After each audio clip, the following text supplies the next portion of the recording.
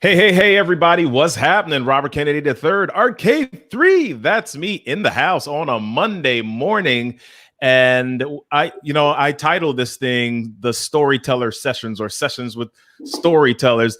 And that's kind of just a random title. Last week, we were doing some sessions. I did some things with a friend of mine, Felicia Slattery. We had 4 pop-up sessions where we spoke about what's happening with speakers, what's happening in the event industry, and how to take your keynote from in person to virtual. And so I was starting to ask some questions to the community and asking everybody, who were the people that you wanted me to interview? What types of comments or conversations you wanted me to have? So at the end of the week, we actually had one with Casey Ann Gordon, where she spoke about how to take care of your finances during this time. And so we've got another one coming up tomorrow that is mental health driven, but I'm messing up my words, mental health driven. But this morning we've got, oh my, the man, the myth, the legend himself, Mr. Brian Olds, the CEO, founder of Black Speakers Network. Brian, what's happening, brother? In the building. Well, yeah. Not literally in the building. We are not in the same building. If the CDC is listening. Yeah. Less than 10. Just making sure you knew. Yes. Good morning, RK3. Good morning, everyone. Certainly excited to be here. Looking forward to a great conversation. And Robert, I just gotta commend you, man. I think we're kind of living in an unprecedented situation, particularly for folks that are younger, that may not have gone or have experienced something like this in recent memory. And so appreciate you for your leadership, man, and just getting the message out there and having these critical conversations during this time, man. So I'm excited to be here. I appreciate you, man. Appreciate you. So listen, people, as you are on, if you want to ask any questions, please be sure to put that in the chat. As a matter of fact, some of you, I see that you're coming on right now. Go ahead and just share where you're logging in from so we can shout you out and just get some connection with you this morning. All right. So I'm logging in from Beltsville, Maryland. Brian, where are you logging in from? Baltimore, Maryland, baby. That's right. All right. So just put your hand up, wave, do whatever it is that you need to do in the comments. Post a gift, post something so that we can know that you're here and that you are ready for this amazing conversation. So here's where I want to start, man. I met you, and my first introduction to you was through Quinn Conyers. Right. If you don't know Quinn, you got to get to know her as well. And Quinn at the time was doing something called the Public Speakers Association. She had this thing. Mark Fuller had this cafe in Baltimore, and you came and you spoke, man. And hey, Larry Collins, what's going on? And so I was so impressed with what you did. I still remember what you did. You had this little light stick, and it was one of those things that when you held it by yourself, it didn't light up or it didn't make sound or whatever it was. But when everybody in the room held hands, it lit up, right? And so I was impressed by just the illustration that you used and just your general demeanor around it. And so when I found out about you and when we spoke, I thought you were this speaker. You were speaking, right? But you were working full time as a member of the training department for a large technical firm as well, man. So taking it back. Yeah. So now, last year, tell us about this. Last year, you left that firm and now you're full-time on your own. My goodness. Tell me a little bit about that journey and what led you to make that decision, like now is the time. Yeah. So, I mean, just for context, what folks should know is that, before Black Speakers Network, which, started in 2016, I met Quinn initially through Toastmasters. And so for those that aren't familiar, Toastmasters is a nonprofit speaking group where you can join and develop your presentation skills. So for anybody that knew me, middle school, high school, anywhere in that era would know that, dude, I'm a self-born introvert. Like I'm the guy that couldn't lead 2 people in silent prayer, let alone stand in front of an audience and try to lead them anywhere. And so for me, public speaking and now professional speaking was something far off in the distance. But if you had been sitting with me in a small classroom, Robert, right down the street at Morgan State University in 2006, you would have watched as I stood up, walked to the front of the room and prepared to deliver my very first speech in Toastmasters. And man, I got to tell you, you want to talk about sweaty palms, you want to talk about shaking voice, wanting to make a break for the door. And so there I was delivering my very first presentation, man. And, you know, something interesting happened during that time that I didn't realize. I didn't die. So that's kind of important. I had my affairs in order. I was ready, you know, for whatever. But, you know, that was the genesis of all this, man. But, you know, part of that story was that I came to Morgan State. If you're not familiar, Morgan State is credited with producing more Black engineers than any other HBCU in the country. So it's an incredible engineering program. It was so great, I failed out of it. So I actually ended up going to business school instead, but I was lost. And so when I started this journey of, you know, going into corporate America, I really was just looking for a job. And I ended up at, as you mentioned, a nationwide staffing recruiting agency, which was a phenomenal opportunity. When I left Morgan in 2007, I got hired right away and I started. So I started off in finance, did that for 4 years. But you know, Toastmasters had introduced me to this larger world of speaking and meeting people like you and Quinns. I started realizing, like, wow, you know, people get paid professionally to do this, and there are a lot of different ways that manifests, including training and development. And so, lo and behold, I found out that our company had a training and development department, and so that was my objective the entire time that I was there, was to get that role. And you know, 2008.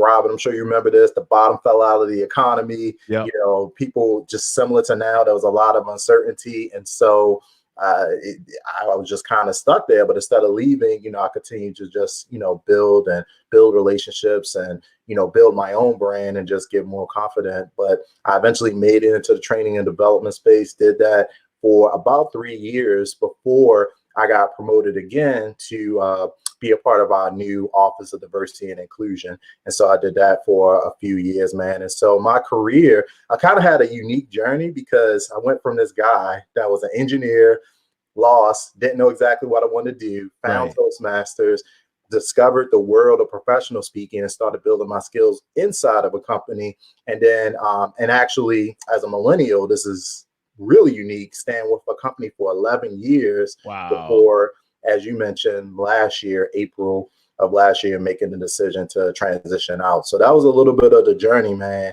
In a very truncated format.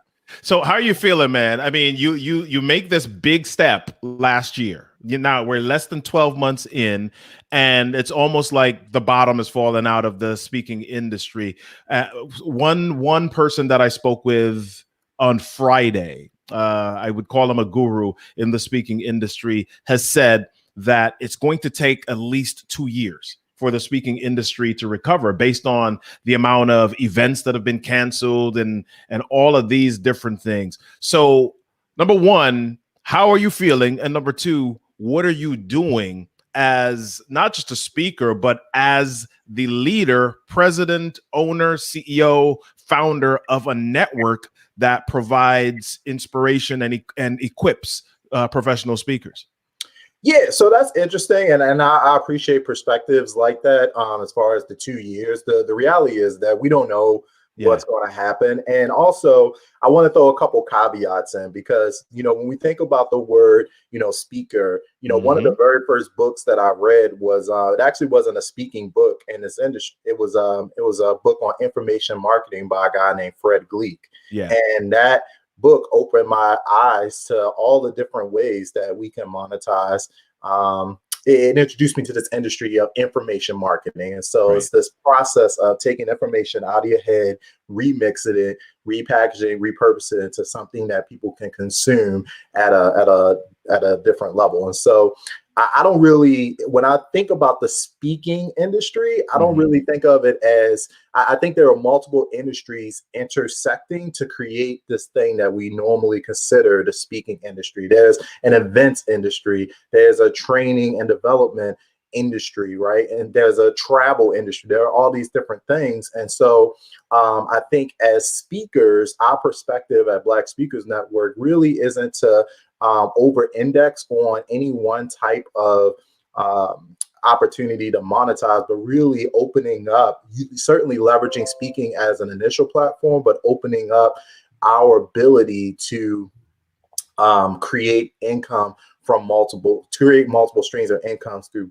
different mechanisms. And so we always talk about, mission, message, marketing, how to monetize and manage your speaking business. But when it comes to monetize, I think as the era that we are in right now really speaks to our ability to get really, really good at understanding how do we serve our audience, whatever method that looks like.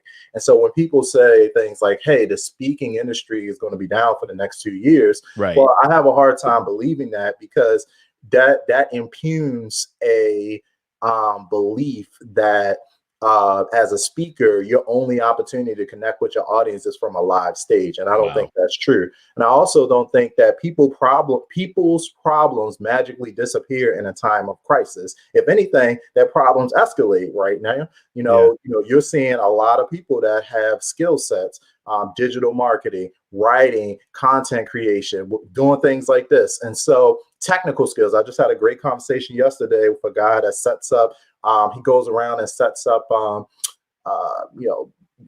the infrastructure to conduct, virtual meetings for organizations that didn't have to worry about it before. So there is opportunities embedded. So now, Robert, I can't really agree with the fact that, some of the traditional markers that we look at, will conference and events be at the same level this year? Probably not. But will there be opportunity to continue to monetize and serve your audience in different ways? I think that's absolutely true. Right. So talk to me about the selling piece of this. So there is a piece where people kind of feel like, oh my goodness, we're experiencing COVID, we're experiencing Corona, and there are people that are losing jobs. There are people that are in panic mode and not as likely to spend money.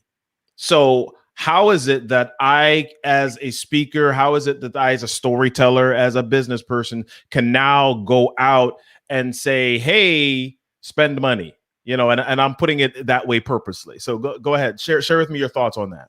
Yeah. So, these are all conversations that we're having. And I think the reality is, obviously people are going to be listening to the replay, but the point in time of this live and the people that are looking now, it is Monday, March 23rd.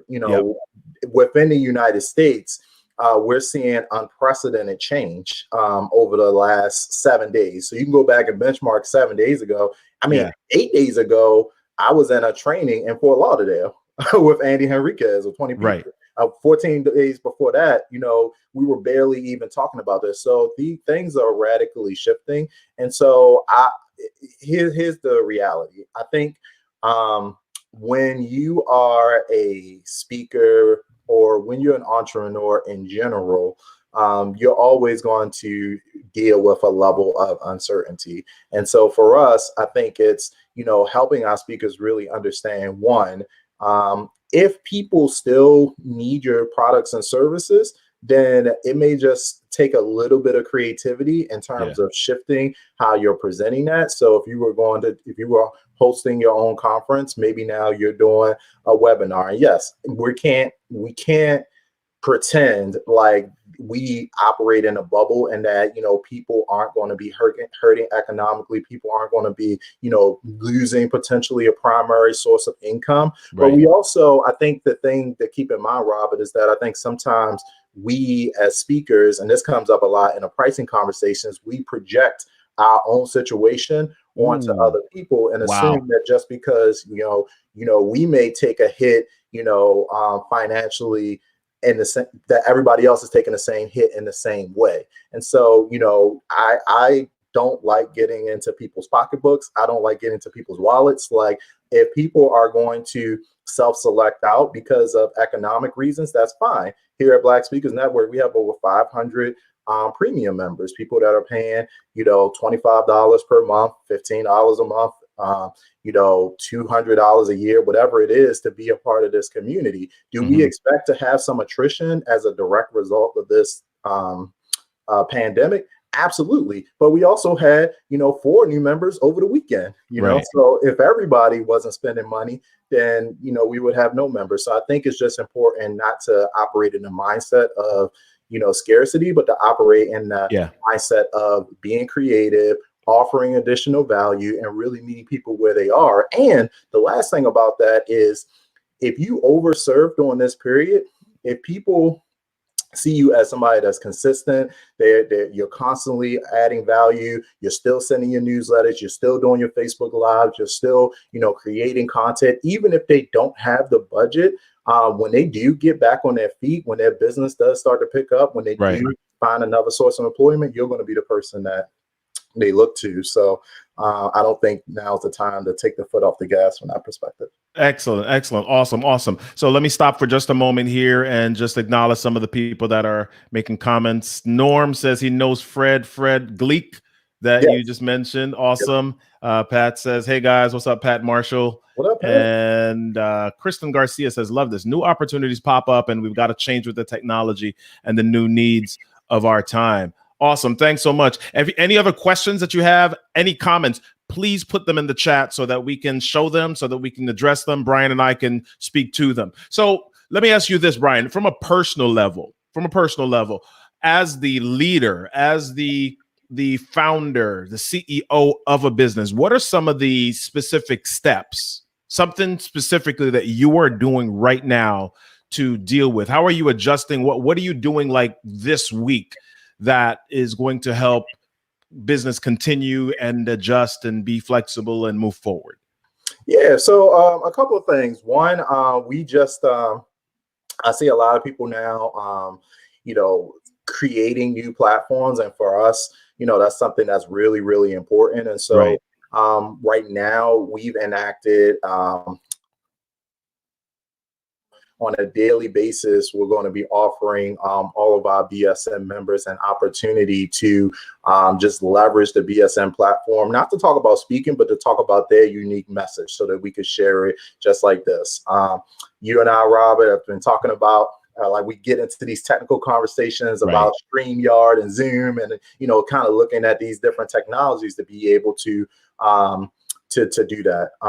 But the rest of it is a little bit of business as normal, but we are taking a hard look at, I personally as a CEO am looking at, unnecessary expenses. I'm trying to look at, but I'm also, if I'm taking out an expense, I'm also looking at areas where we can more strategically invest. We actually just brought on a new director of marketing and communications, Mariah Phillips. She's going to be looking at like our sales copy. We're getting ready. We announced a few weeks ago that we just locked in a venue for our Black Speakers Network Global Speakers Summit. Right. That's a live event in the Corona era, but that's scheduled for October 9th, 10th, and 11th. But, right now, obviously that's a little too early to call whether or not it's something that'll be postponed, but we're moving ahead as if, we will be able to have that event. Right. Our events team is moving ahead with, securing sponsorships. We're getting speakers locked down. We're getting venues. And so, if we are going to make a change, it's not going to be a stop. It's going to be a pivot or something where we could still, add value. But the key thing is not to lose momentum. And so those are some things that we're personally doing. In addition to that, just shoring up our systems and our processes. Right now, when things are a little bit quieter, it's a great time to go back, behind the scenes and make sure that, things are running the way that it should be. And really, I'm personally have been spending more time reaching out to our members directly just to see, how people are feeling, what they're thinking about, how could we better serve? And so, I generally, Robert, I'm already the slow down to speed up guy. Like I like being able to take a step back in order to move forward. But those are some of the big things that we've been looking at. And, from a revenue perspective, I'm always looking at, other things. We're looking at, we just brought on a new partner, PitchDB, which is a database where you can find speaking engagements, conferences, podcasts. You can just go in there directly and search over 900,000 podcasts, over 30,000 conferences and events. And so like I'm in opportunity mode, like I'm searching for stuff that we can bring into the Black Speakers Network ecosystem to be able to help people navigate around these type of things. Awesome, man. So number one, I think one of the things that I want to point back to is you are really taking this time to establish, reestablish, and just enhance or grow relationships within the network. That's kind of the number one thing that I'm hearing you say,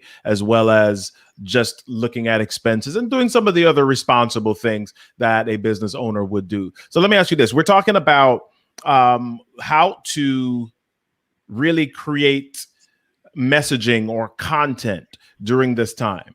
Now, there are a lot of people thinking the same thing, right? And so just like we're doing right now, you have a gazillion Facebook Lives, LinkedIn Lives, Instagram Lives taking place this week. How does someone cut through the noise, cut through the clutter? Because you thought it was hard before. Now everybody's got nothing to do but be at home or be in their office and be online watching lives or just creating lives or taking part. How do I cut through all of that stuff to be noticed and have my voice be heard? Yeah, well, I want to give a shout out. So earlier this week, or I guess over the weekend, everybody was on the quarantine Instagram party with D Nice. D Nice, yeah. Yeah, everybody was rocking out, and people were hitting me up about it. I'm like, what's the big deal? He's just like playing music. But then you see it go from like 50,000 to 70,000 to 100,000. And then Quinns yesterday, she commented, she was like, is it just me, or is like the day after that, all the news outlets picked it up, and he got, over, like, I think we went from like 200,000 to 800,000 like Instagram followers or something like that in like 48 hours. And Quinn was like, is it just me, or is like every DJ now doing like 4-day live streaming like parties, right?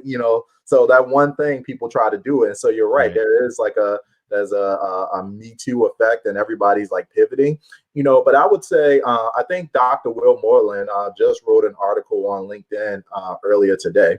And I don't memorize every bullet point, but if you want to check it out, I highly recommend checking his page out. He wrote an article about this, and there was like 5 takeaways from that D Nice Instagram quarantine thing. But the number one thing that stood out to me was, kind of leaning into the things that you already do naturally and you already do well.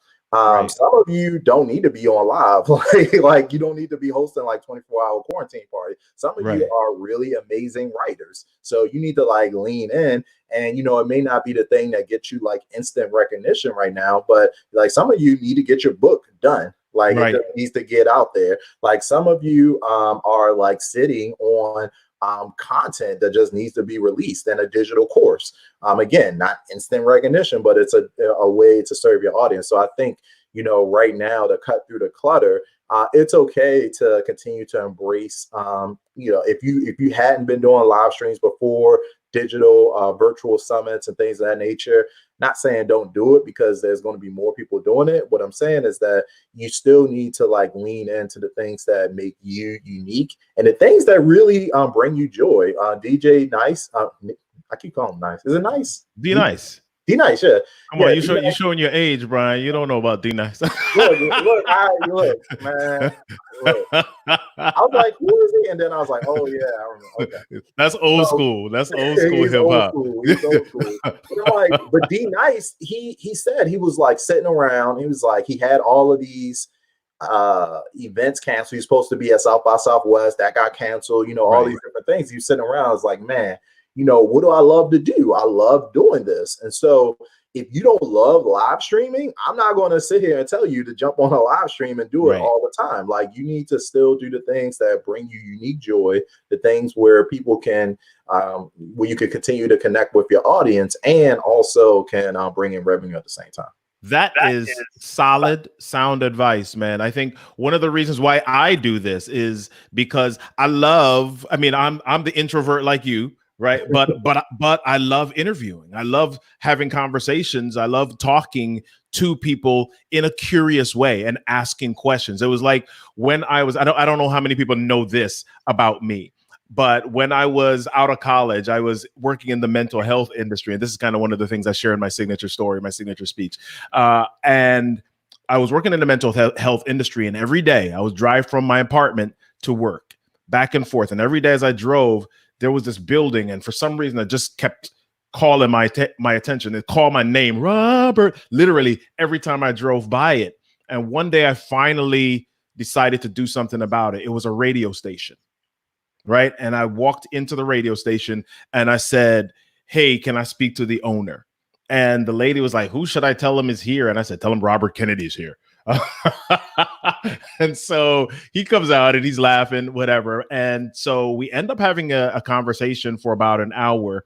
And I tell him that I'm interested in radio. And he says to me, he says, you know, you've got a great tool. He's talking about my voice. He says, you've already got a great tool. We just need to refine it a bit. And so he put me on as an intern with the news anchor for that station. And I did that for 8 months. And at the end of 8 months, the news anchor came to me and said, hey, Robert, I got an opportunity in upstate New York, and I'm going to be leaving the station. I'm going to put your name in to be news anchor for the station. And dude, I was freaked out inside. So when the owner came to me and he said, hey, Larry's leaving, and he said that you can handle this. You can do it. Here's what it would take. You got to get up at 2:30 in the morning, be at the station at 3 o'clock, and do all this prep stuff so that you could be on live by 5 a.m. Right. And he says all of these things to me, and he's telling me what, and my mind is going crazy. And at the end of the conversation, he says, oh, by the way, the pay's $6 an hour. Ooh, this is like back in the day, right? I mean, and radio, people hear people on the radio and they think that, oh, they're making millions of dollars.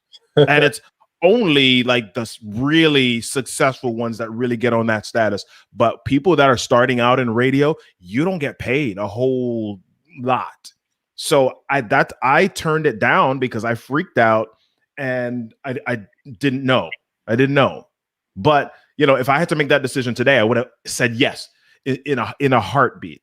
Okay. But I say all of that to say that for a long time, radio, interviews, doing things like this have been a part of me and stuff that I just love to do. So right now, as we are doing this COVID thing, right? If you're doing this, we're doing this Corona thing, I'm leaning in to this thing that I love to do. Am I getting paid for it? I don't know. Maybe. Maybe there's an effect on my business. I don't know. But it's just something that I love to do. Have conversations, ask questions, find out more about people. And, you know, hopefully that's something that's beneficial to someone else. Right.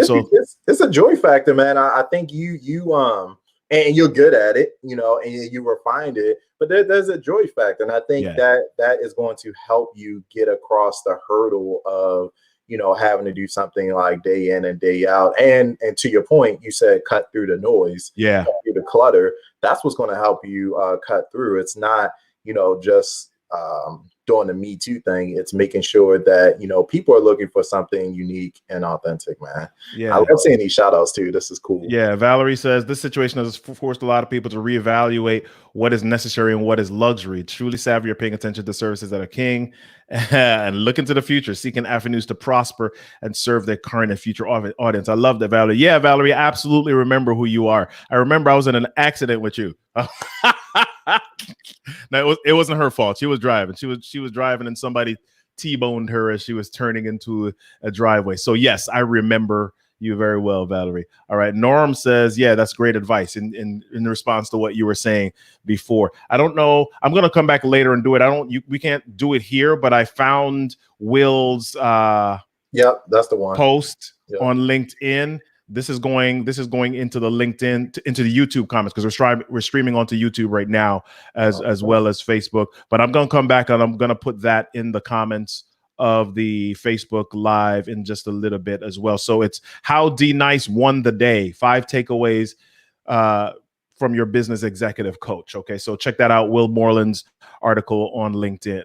All right, awesome. So what's one last piece of advice that you can share with us? I love what Valerie said about looking to the future. What's one piece of advice that you can share with us now about the future and what we can expect and what we should be doing in the meantime? Yeah, so I think the biggest piece of advice is, right now, anytime you're in crisis, it kind of reveals some things about yourself. It reveals your like cracks in the armor, if you will. You know, I'm not the best, saver, of money. Like, so I like to take money and deploy it in a specific way. Like you mentioned, Robert, being fully transparent. This is my first year out of corporate America, so it's Right. like, okay, my first year wasn't like I'm not padding my 401k. Like, I'm not trying to, but I'm also not buying, cars and new homes and stuff like that. Either. I've actually put the majority of my stuff in storage, to cut down on expenses. Moved back home for a little while. Like, I did a bunch of different stuff over that year to try to really just be able to do one thing, and that's like focus.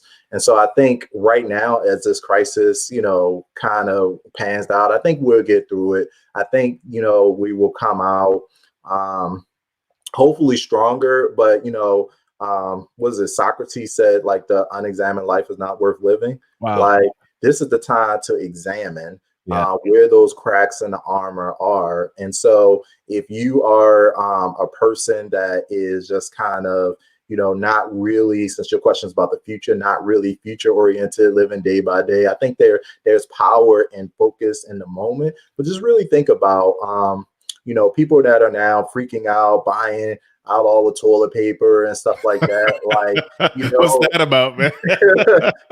well, I think it's about people. That's really the only thing. Like, when you get into a situation where you feel like you don't have any control, Yeah. You do the things that you control. And so for some people, that's what they can control, is going to the store and buying stuff, But as entrepreneurs, I think most people that are listening to this, that are in your circle, Robert, are speakers, entrepreneurs, coaches, or aspiring to be in those specific categories. And so I would just say, build a well before you're thirsty.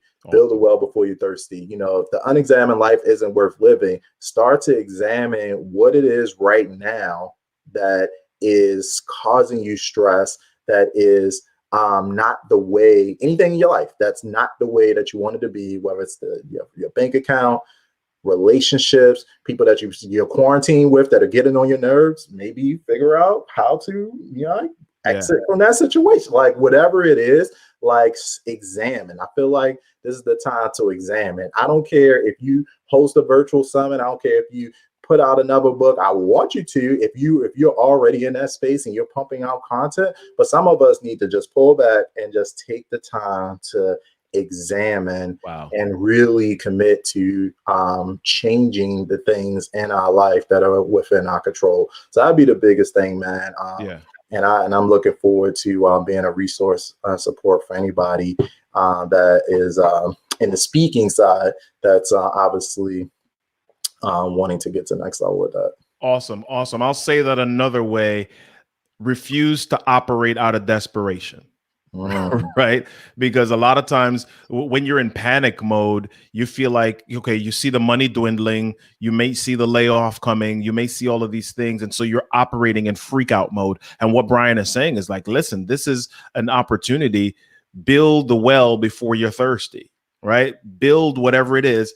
And for some people who've been in a circumstance where you're working in a job and you hate it, or you're in a situation and that's not your purpose, that's not where your gifts and your talents and your best skills lie, now is the time to kind of say, okay, let me take a moment and explore. We can't go out anyhow, right? Let's sit down for 2 days and write a list of my best strengths and maybe 40 ideas on how I can deploy those strengths and monetize that. I don't even have to execute it just yet. Let's just get that first stage, that first idea stage out. And then once I have some, then maybe let's tell some people, let me join a group, let me join a community, gain some accountability, and begin to see how I can begin to execute on some of this, so that by the time we are on the other side, air quotes, of this, then you'll have a little momentum and you're not trying to figure out or trying to gain back your normal at that point. Right. And so I love that, Brian. So Norm is asking here before, as our last thing before we step out of here, Norm's asking any books you recommend we should read. I mean, it depends. I don't know. As it relates to this conversation, I mean, there's, I mean, there's a lot that you could read. I mean, it really depends on where you are. I mean, there are some people that have these, there are some classics that I like to go back to, particularly now, just from a mindset standpoint. But there's some basics. I think, I did a post the other day, Robert, about the grocery store and, getting stuff off the top shelf for people and stuff like that. Right. I think, in times of crisis, it's really an interesting it's an interesting social science experiment to see, if we're going to operate with empathy, for people, or if we're going to kind of go the other way. And so, to me, like some of the basics of how to win friends and influence people, like if you haven't read that book just in general, because we're talking so broadly right now, that's just one. I mean, just in terms of getting back to civility, getting back to treating people with like kindness, using people's names, like respect, like things of that nature. From a mindset perspective, the magic of thinking big. I think if you're just sitting around and you're kind of in a funk and you're stuck in your own way, like it's like that's something to kind of like trigger and get you to another great space. And if you're in an audiobooks and if you're just looking at things from a business perspective and you're just like, oh man, I'm really at a place where I just need to, saturate myself with knowledge and information. I'm a new entrepreneur and I'm just trying to figure out, where to get started. I like one of my favorite books is audiobook is The Personal MBA by Josh Kaufman. Awesome. That's the book I wish I could have gone back and read once I failed out of engineering and got into business. Those are just three without knowing the specific nature, but there are hundreds and hundreds of different books. Robert, you read way more than I do. So read Robert's book, by the way. It's really like 20. So yeah. Well, listen, there's a book that I'm reading right now that the title alone definitely appeals to me, and I hopefully appeals to people as well. It's by a guy called, what's his name? John Mark Connor, and the book is called The Ruthless Elimination of Hurry. The Ruthless Elimination of Hurry. So go check that book out. That's one of the ones that I'm in the middle of reading right now as well. So listen, Brian, it's been amazing. It's been amazing. Thank you so much for this conversation. Thanks so much for spending some time with us. Y'all go check Brian out online. Go check out the Black Speakers Network. Go get connected with him. If you're interested in sharing and telling your story, he's definitely a resource that can help you do that. Join us also in the Storytellers Growth Lab on Facebook. We've got a lot of different things coming up this year, and we're looking forward to helping 1 million people tell their stories with confidence. Looking forward to seeing y'all tomorrow. We got another Storyteller session with Tiffany Llewellyn. She is a mental health expert, and she's going to share with y'all how you can make it through emotionally and mentally in this time. I'll see y'all tomorrow. Peace. Listen, y'all, don't forget, everything that happens to you in life is your stuff. Your stuff is your story, and boom, your story deserves a stage. I'll see y'all soon.